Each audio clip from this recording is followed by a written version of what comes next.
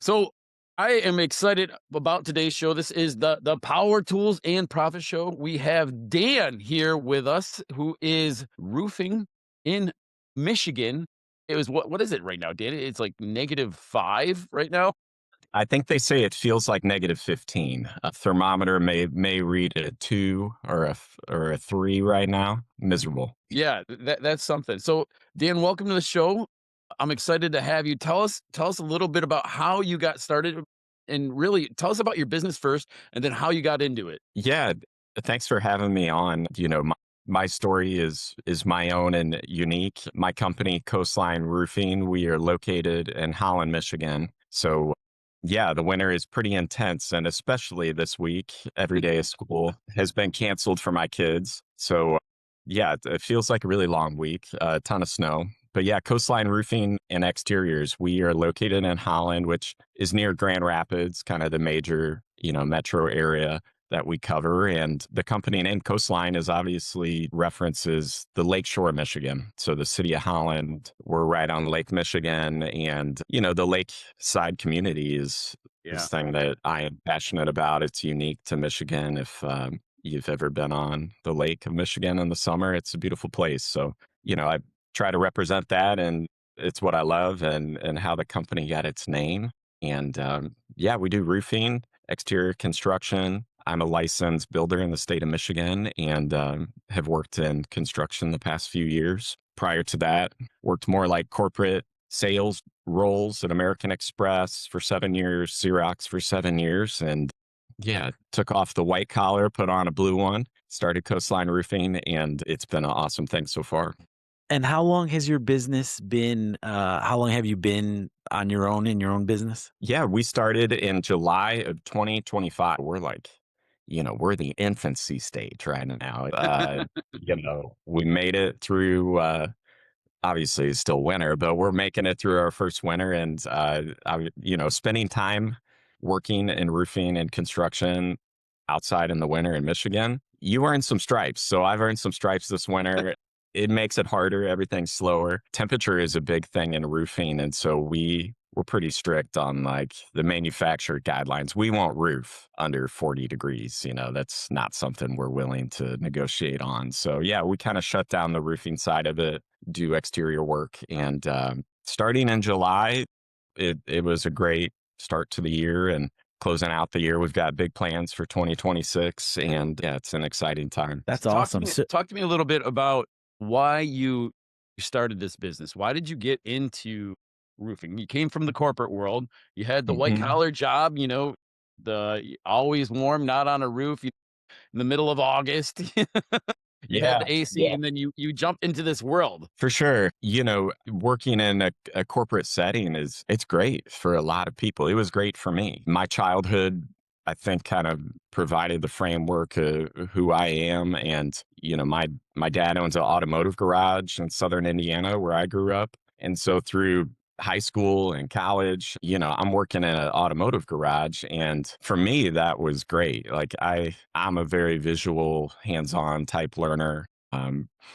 And when you work in an automotive garage in a small town, I always describe this feeling of like a big diesel truck comes around the building and the guy rolls down the window, and Dan as a teenager is standing there like trying to get this guy to trust me. And he's like, "Son, you know how much oil goes in this big rig?" And I'm like, "Yes, sir." And I want to treat that customer well. It's my family who owns this business, and I want to earn his trust. And as simple as that sounds, like the next vehicle that comes around could be a Volkswagen driven by a university professor in Bloomington. And it's a completely different interaction and a completely different customer. But the principle of earning their trust and making sure that they just come back again 1,000 miles and we do an oil change, that's simple, but like doing it consistently well leads to this, return repeat business. And that feeling of doing something for your community was definitely fulfilling. So flash forward to college, I go to college, I go to Hope College here in Holland, actually, where I started this business. The goal was to graduate and work in corporate sales. And that was a great fit for me. I worked at Xerox for 7 years, selling copiers in a B2B space, selling to businesses all over Michigan. And it was fun. I learned a lot of sales techniques, met a ton of great people, connected with a ton of businesses, and then ended up leaving for a great job at American Express. And that kind of raised the bar, I think, for me professionally, rubbing shoulders with people who are extremely successful in a $1 trillion business, one of the best places to work in the world and in the United States for sure. Calling on true large market $1 billion plus companies in a new business hunter role, I had to evolve, to less of what was wired into my DNA growing up and more of the framework of asking the right questions to a C-suite contact, a CFO of a really large business who I've described this job to others. I say, when you call on people every day that are way more successful and much smarter than you, and they have started their own businesses, when you do that every single day for years, you can't help but evolve and learn more. And I took so much away from my customers just by getting to I'm trying to get their time. So I got to research them, earn the right to sit at Right, their right. office for 10, 15 minutes, and they don't want to meet with me. And so a lot of techniques that I was taught and a ton of persistence. You have to have really thick skin in a B2B hunter role like that. Working at that company, it changed my life. For my family, we were able to accomplish some things, but it did get to this point where it just repeats itself. Yeah. A new year starts, you get a new quota, you get a new target Right. list. Hey, forget about that huge customer where we were so excited about what you did. Go get another one, man. That feeling of being on repeat, Right. it didn't stick. And so yeah, I just felt like I need to do something real, not sell financial products or automation software. How do I describe to my young son what I do every day?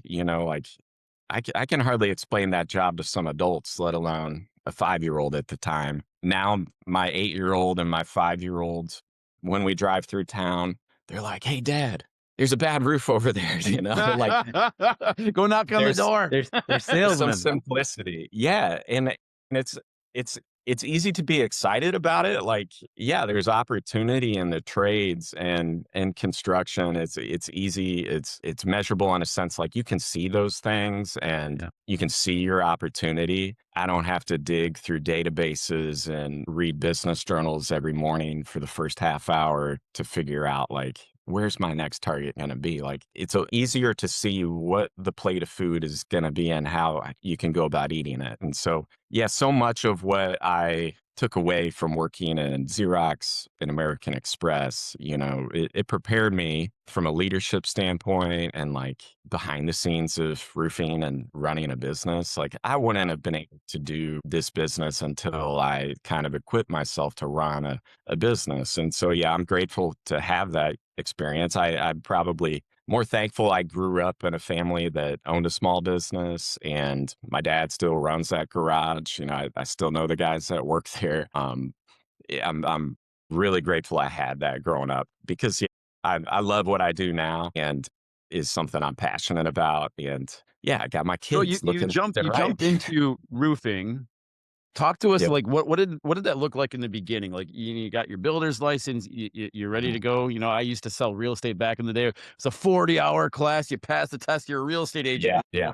Yeah. Now what? Now the real work begins. So walk me through the first beginning of that and how did you get the first job? And yeah, start there. What did that look Yeah. like? Well, I mean, prior to the business, when I got my builder's license, which the state of Michigan, I'm a residential home builder, I am licensed to build a home, but for the record, that's not what I'm doing every day.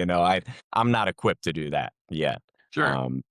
When I left Amex, I thought, and I had some family worked in construction material manufacturing and construction supply.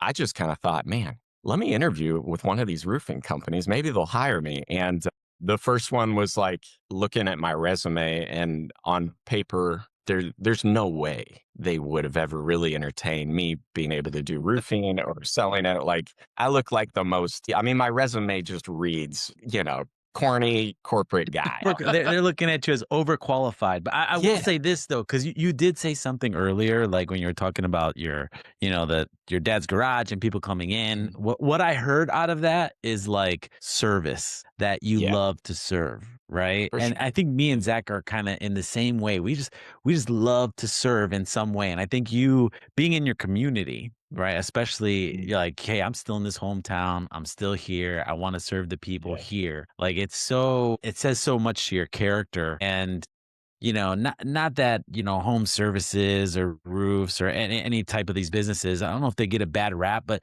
sometimes people feel like they're getting ripped off, right? Like, is this is yeah, this the right yeah, pricing? Right. It's very scary. Like it's like for fluff, sure. right? Where they're just throwing numbers Yeah. out there. But I think from where your heart is, right? You're like, hey, look, Mhm. I'm here to Right. serve my community. I think that Yeah. says a lot for what you're doing. That first roofer who hired me, had always credited this guy, Jeff, who probably had some doubts, had to convince his owners to like, hey, I think Dan's got something here. And so I learned a lot from Jeff out of the gate. And the very first roof that I sold changed the game for me. These people, they were just so, and really every potential customer is this way in any setting. There's this fear of the unknown and can we trust you? And after really establishing, I can be trusted and I want to do you right, like it was just a fun experience, Well, out of all. maybe talk about that a little bit more, right? Because you have to build some type Yeah. of rapport, some type of relationship. Like how do you walk into if it's like a cold prospect, we'll just say that. What are Mhm. the things that you do to help build trust with, so they do trust you really quick? Is there techniques you use? Is this something you learned, or is it just your wonderful smile? Yeah, I do have my teeth. I think that helped, but ultimately, when somebody you're at their home, this is not like you're standing in an office with a admin who's passing you on. Like, really, the guard is dropped on the customer side, and I think like it's almost this feeling of when you date a girl for the first time or you meet your future wife's family for the first time, like you're really trying to honor this like politeness code of, is it okay for me to be here? And what can I do to make you feel comfortable? And frankly, like just talking about who you are and the principles of which you believe in and why you're here. What do they do? How did they come to own this home? How long have they been there? Do they have family? Like, to me, that bond and a customer of trust, I'm passionate about it now because so much of that bond is built on like the real conversation. It's not like, tell me about your back office efficiencies and, you know, the DSO on your accounts receivable. It's like, hey, how long have you lived here? What do you do for so like getting to know them and then like sharing a little bit about me and even admitting like I did talk about it early on and I still see things I'm not sure about. I will admit I don't know what we're going to do with that flashing around that particular chimney or whatever it may be like, but I'm going to make a call and I'll call the guy who knows. He'll give me an answer. He'll give me some advice. And, no one knows everything. And if you're at the Yeah. front door saying like, I install the best roof and it's the best price and we've got the best deal. I've had those guys in my house too. I know that's not real. Yeah, there's definitely some type of vulnerability that has to happen from the customer side, right? Like I have to open my door. Of course, people have come to my house and like they've worked on some things, but I have to open my door to you and physically let you in. And there has Yeah. to be like this, I know I felt it at least, where it's like, okay, you're here, right? Like, what are we doing? And I'll tell you what, the people, who even just put the booties on, right? Or like, should I keep my shoes on or off? Like, even that alone, automatically for me, it's like, okay, you're respecting my space. Thank you. I Yeah. appreciate Yeah. It's that. minimal. Right. It's a small thing from there that, like, okay, I like this guy, like Mhm. Sure. For just from small stuff like that. So, I do make a point like talking about, call it new roof day, what that looks like. Because at some point in time, whether it's me or someone else, they are going to have a crew of people working on their property, near their flower beds around the windows that might have been replaced, near Right. ponds or decorative stuff. Like there is a lot of things to protect at a house. And that's not even on the roof. So, like, talking to them about how I see those things and it's important that I'm there on the day, new roof day, I'm going to be there the whole time. And, I help the crew, this is back even when I was a salesperson, I sell the roof, but I also wanted to be there on install day to learn a ton about how it went on and then get to know my crew. If I can get these guys on the crew to understand, like, I'm on their team, they're on my team. I pick up nails, I pass some shingles. I am not above anything that they're doing. We are the same. To show that to my crew is like a separate aspect of making this business and really a roof replacement work well. But to a customer, telling them, like, I'm selling you this roof today, but I'm going to be there when it's installed and you're going to see me. Like, I'm going to try to find every nail. I'm going to make sure all this garden bed is protected. And frankly, I was just kind of scared that they wouldn't do it right and that they wouldn't clean up. And I respect those people so much at this point. They've trusted me to do this pretty big endeavor. The bare minimum, even as a salesperson, I always felt like, man, I should be there when it goes on. Why wouldn't I be there? And so that's a principle that is part of Coastline Roofing. We don't vanish. You buy a roof from us, I'm there. I'm up there. Like, I have my own nail gun. I replace the wood on the decking if it's bad with my team. Like, eat lunch with the guys. We wrap the job up together. That is one of those things that it might make us unique. I know others do that, and I think they should. Yeah. It results in way better customer experience. That trust is earned, not just like completing the sale, but like seeing it through and being the last guy on the job, cleaning up the little things at the very end of the day. That to me has always been something that, like, is a way that you close the book on the job and you do what you said you would, as simple as that sounds. And I think early on, if you talk about those things with a customer in any trade, how well you clean up and how you respect, the kitchen that you're remodeling and, the deck that you build, how you're going to clean up all the debris. And I think that stuff really does matter because I've seen job sites that have been left in disarray. As a homeowner, you don't want to be out there picking up nails and Yeah. stepping on nails and all that, that'd be So bad. let me ask you this. So yeah, as you transition from your corporate entity and now you're like an entrepreneur, how did you find your first job? Like what did you have to do to get that first sale and what did it feel like? Yeah, it felt great. It certainly means everything when you start something. And yeah, it felt a little different than like the first roof I sold for a different roofing company. However, like the whole process really was the same. Like I didn't speak to the customer any differently than when I did as a salesperson because I was just being who I was as a salesperson. And that it's easy to do this job and run this business because it's who I am. It's like be Mm-hmm. yourself every day.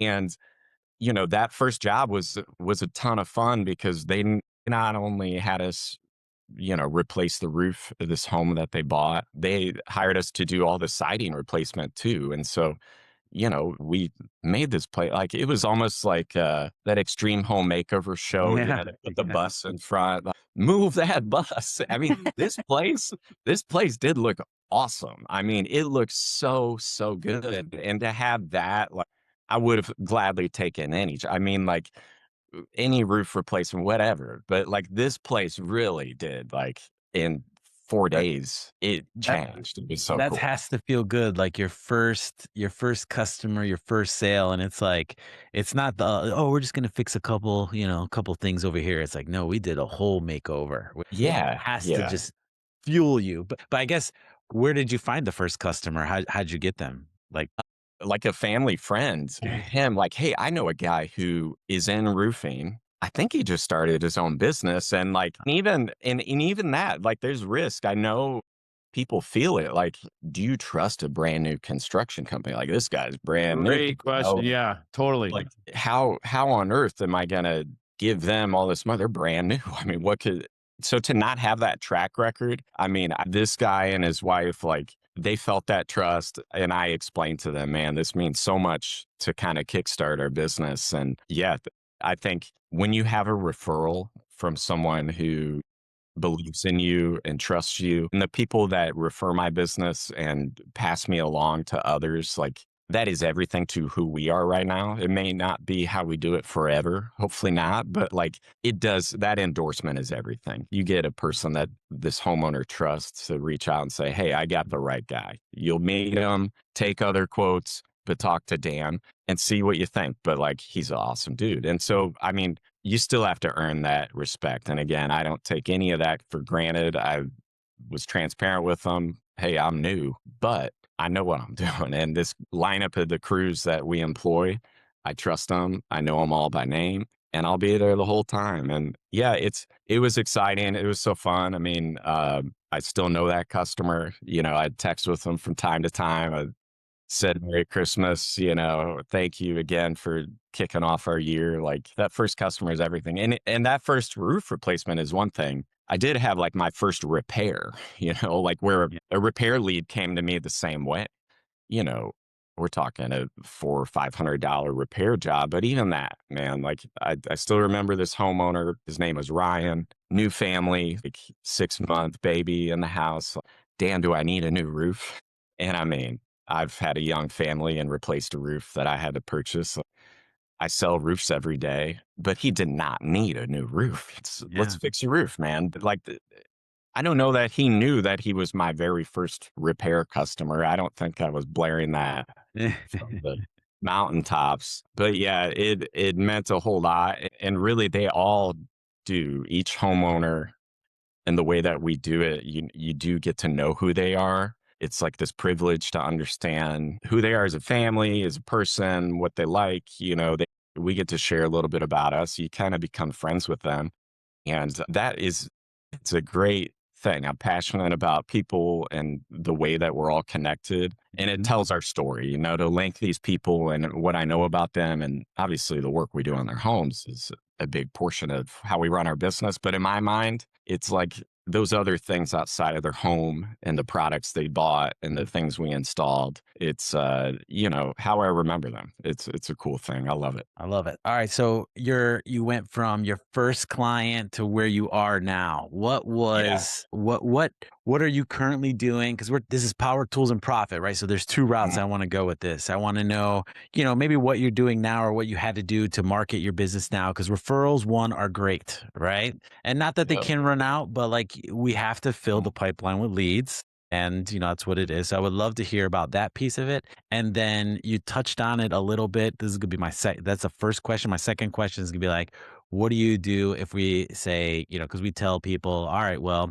that there's three ways to make money in business. You either have to get more customers, you have to have them spend more money, and you have to have them buy more often, right? So the second piece of, we talk about upsells that are genuine, right? Just like you were saying, like, hey, do I need a new Yeah. roof? Well, I could just patch it up. But are there anything else that you're adding to help make that cart value? Because clearly we're all in business to make money, and profit's not a bad word. But I Mhm. guess my first question, go back to that, is what are you doing now to help generate business? What are you doing now to, like, do you have a Yeah. website? When did that happen? Like, tell me a little, evolve Yeah. that piece of it. Yeah, great questions. And I think where we are as a business, what we do now is the strategy for a period of time. You know, getting to a greater scale, I got other things to turn and chew on. But yeah, like right now, grinding. You know, like we're doing a lot of things to try to find business.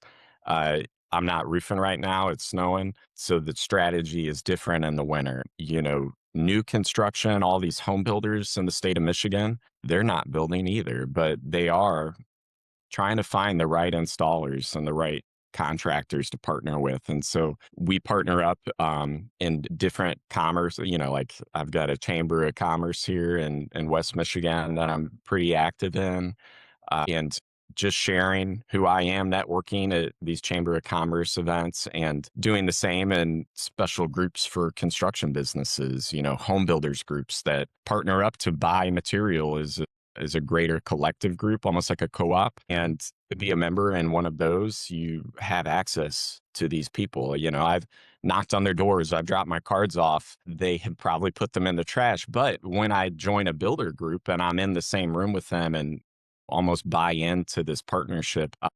They know who I am. I get a voice, I get an audience, and I get to quote on new construction jobs all along the lakeshore here this coming summer. And that's an exciting route that we see some growth in. And, that is not just a single homeowner. That's, as you said earlier, like, how do you create a transaction that then like reoccurs later? Well, like, who owns multiple roofs? Well, like builders. They're building them on every single job, and property management companies who maintain commercial properties or do a ton of management of verbos rather, right? Is that the term? How verbo?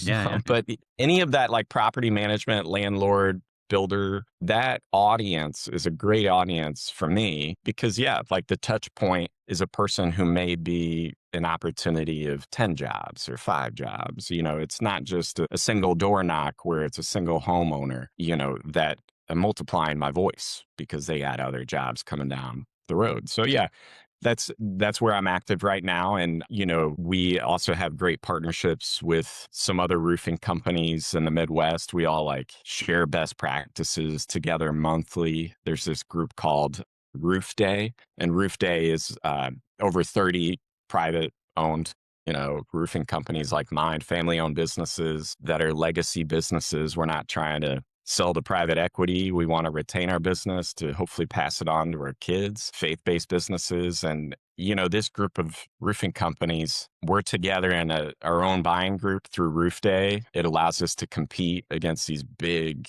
private equity like roofers who have awesome pricing, but now we're able to compete against them. And then the best thing about Roof Day for me is monthly when we talk and we get together, I can ask these guys questions like, hey man, how are you getting leads? What's working for you? What products are what you recommend? And that is something I'm open to learning really every day, but especially through guys who've been doing this for years, um, to be able to pick their brain monthly. And our Roof Day group is huge. I'm really grateful to be a member of that. Yeah, that's great. It prepares us, and wintertime is a little different for lead gen. Well, networking is definitely, I always see that as a very powerful tool because it allows you to build a relationship while you're in the room, right? You're not just a Yeah. website, you're not just, a Google ad or whatever it is. It's an actual person, you're shaking hands. And sometimes, the conversation leads astray from business and now you're talking about your kids and like, there's this rapport that builds through there. Tell Yep. me a little bit about the customer journey of someone. When do they I feel like if I needed a roof, I feel like it's always at the last minute. It's like, "Oh, there's a leak, there's an issue." Yeah. What does that customer journey look like for when, because you don't want I guess, my question is like, how do you don't always wanna be the emergency guy. How do you be a little bit more proactive with the roof? Yeah, So for sure. what does that look like for like a regular guy, like a regular customer coming in? Like, how do I make Mhm. sure that I don't want, before it's too late, now there's damage, right? It's coming through the ceiling. I had no idea it was leaking. Now there's this mold or whatever Yeah. happens.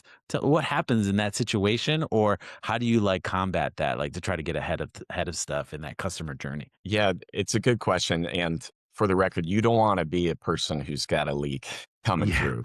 Like it complicates a lot of things. And ultimately, that symptom, like if you see a leak coming through the ceiling, man, that means not just the roofing material itself has failed or something failed above the roof. Like it got through the wood, it got into your Yeah. attic, it Yeah. soaked, it saturated that insulation that got wet enough where then it soaks through the drywall and the ceiling to get wet enough to show on the other side.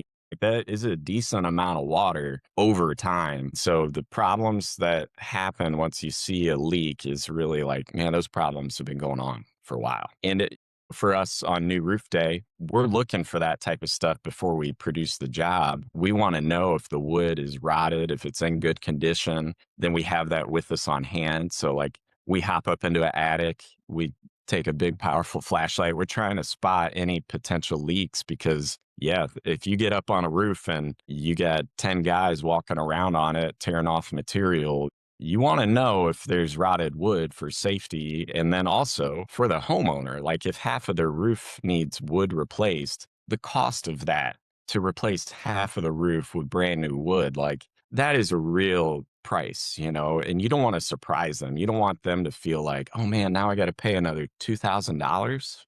Dan, why? Like, really, in 10 minutes, 15 minutes, I could have hopped up in the attic to quick check to see if the wood was in good condition. And, that's super important. Like, you don't want them to feel like, oh, I got you. Like, Yeah. I'm not in the business to sell OSB. I'm not trying to make money on OSB.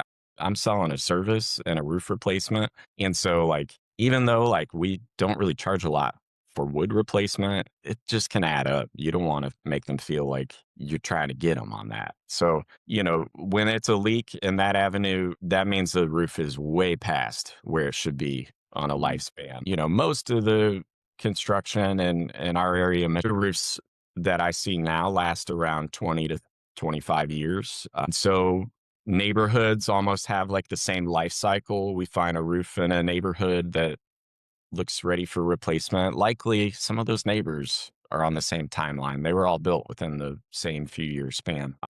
And Now, yeah, do you door knock then? Like, so if you did this yeah, roof just because you know it's old, and it's like, hey, I'm gonna door knock and say, like, look, we're working on, Mrs. Smith over here, and you're might be in the same situation.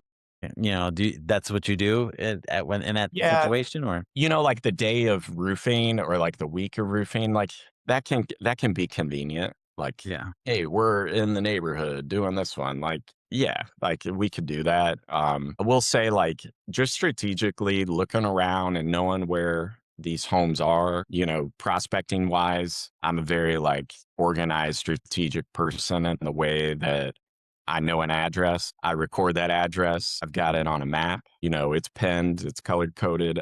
I mean, this is kind of the beauty of working in the trades of exterior trades. You see it, you can tell. yeah, So, to me, the door knock is part of it.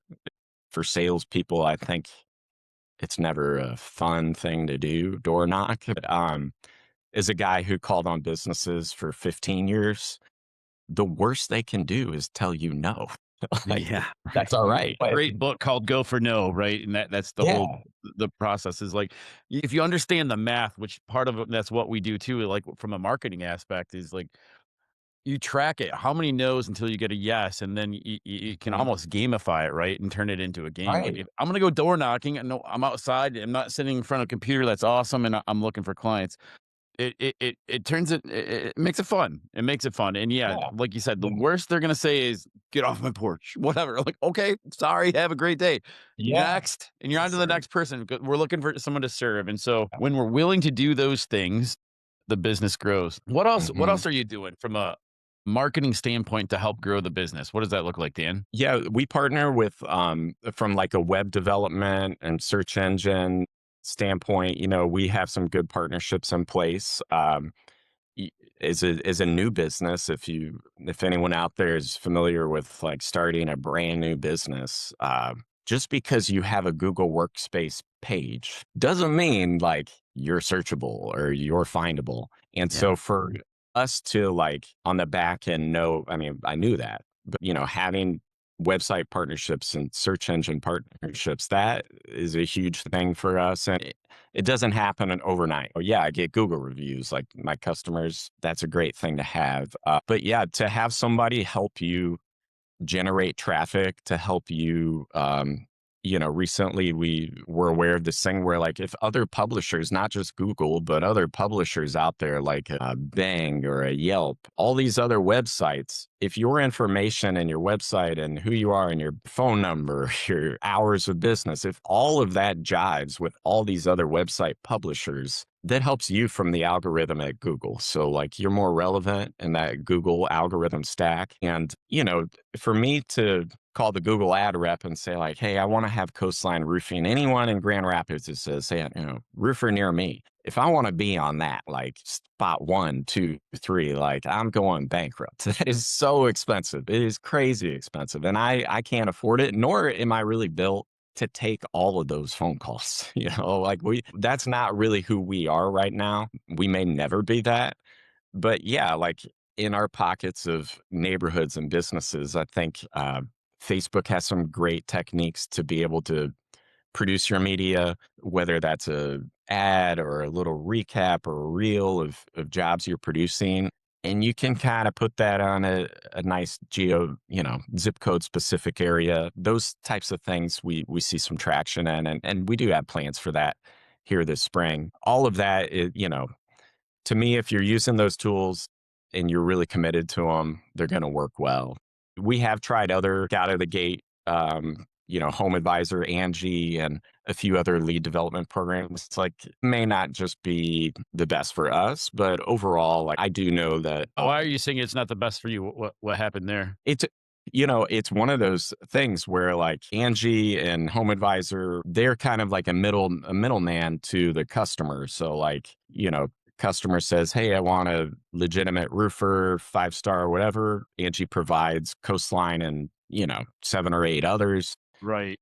All of us reach out to customer. The phone number is not the real phone number. It's like this VoIP system where like you're calling an Angie number, it's then going to the customer. And yeah, like sometimes you don't even get the opportunity to speak to such client. And, the cost of a lead through a provider of that type is a person who's not afraid to talk to anyone in person or knock or try to network in person, real life, shake their hand, say hello, whatever. Like it's hard for me to say like the cost of those types of lead gen systems really pay a true dividend because you're one of many. You're one of 6 or 8 that are also being introduced to this client at the same time. And so you're almost in a group of commodities. And, if I'm picking milk out at the store with my kids, I don't really care that it's Dean's or I'm reaching for Meyer, baby. Where were the Yeah. costs on those leads, like from Angie's List? What were you seeing there in terms of those Oh leads? man, it would vary, like, but yeah, almost $200 a pop. Okay. Have 200 you bucks pop done and you're anything with sharing local it. service ads? Local service ads through which platform? Google. Like one of Yeah, the things, like I'm looking at your Google business profile, and there's a lot of things that you can do. Michael and I talk about this all the time. Again, from the marketing standpoint, there's traffic that you can earn, and you're doing this yeah, with the reviews, and that's the Google business profile. And you put the time in. You don't have to pay for it, which is awesome, but you have to earn it. So you have to build this profile, build this presence, and those leads are free because you've earned the right to get the traffic from Google. There's traffic yeah, that you pay for. Now, Google has it's local service ads is what it's called. Those leads are significantly less than Angie's List. And those are, that's something I can actually help you set up for free 90 free that will really help you, get more leads and not have to compete with necessarily 40 other people that Angie's List is suggesting.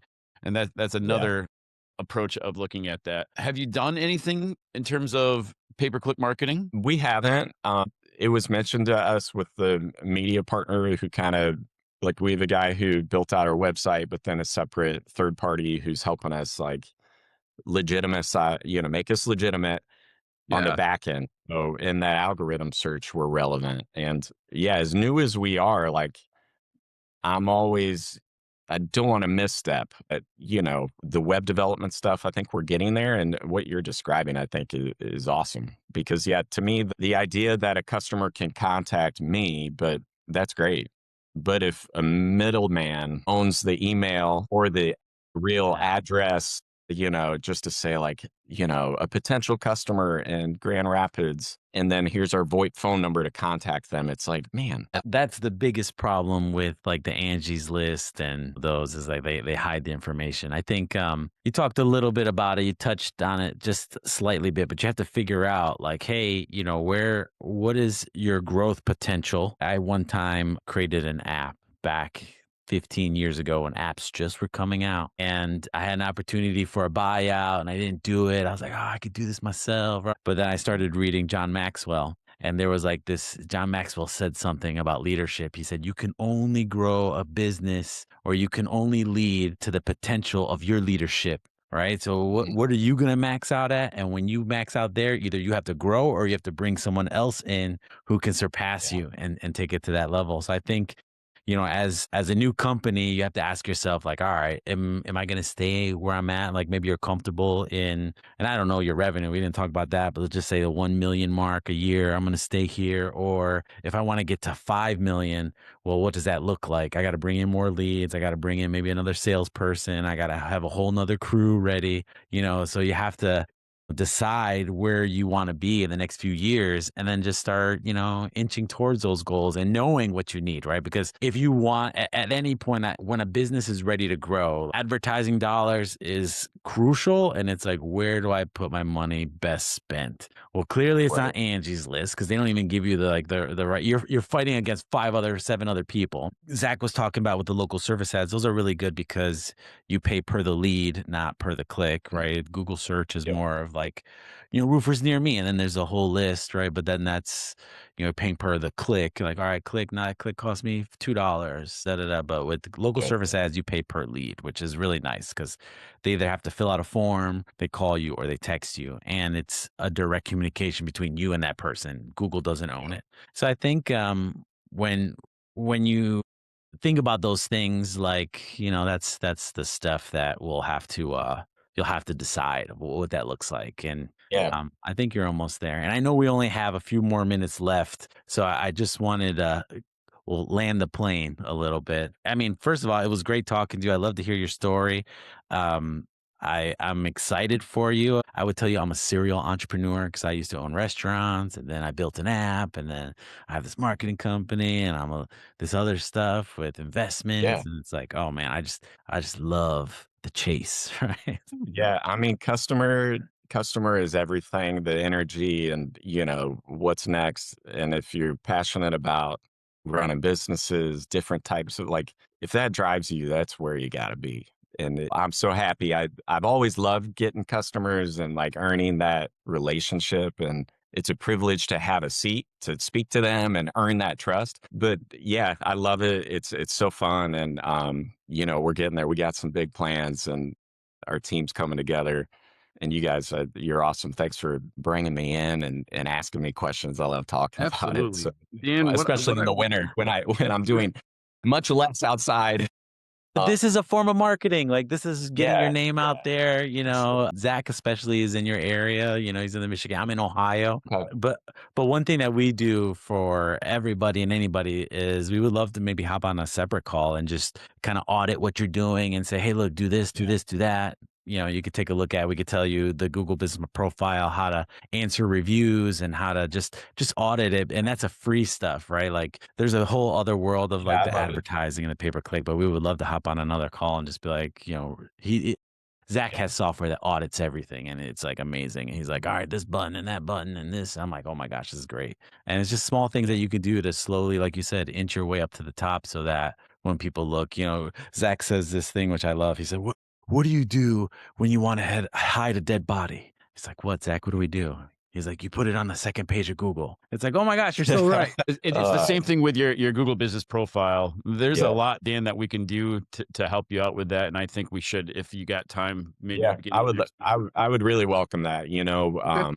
And certainly like when I find an avenue of something that's working, like I share it with others. A couple of my close friends own trade businesses in greater West Michigan. My brother owns a business, a restaurant in Denver. Nice. I have family all connected to, running their own business. And so, yeah, like we all kind of chat. And even in that roof day group, there are things that we speak about in this group of 30 to 35 roofers now, because no one really knows how to do it all that well. And I'm dangerous. I know enough about some of these systems, and certainly building out to scale. Uh, to me, if I was that first thing on Google and like 900 people started calling me a week, like, man, I would be in deep water. That's You know, part of the Let's fun, right? Like, because then there's automations that we can put into place, and the yeah, thing is, it doesn't happen overnight. It's for sure. with the Google Business Profile especially, it's a slow growth.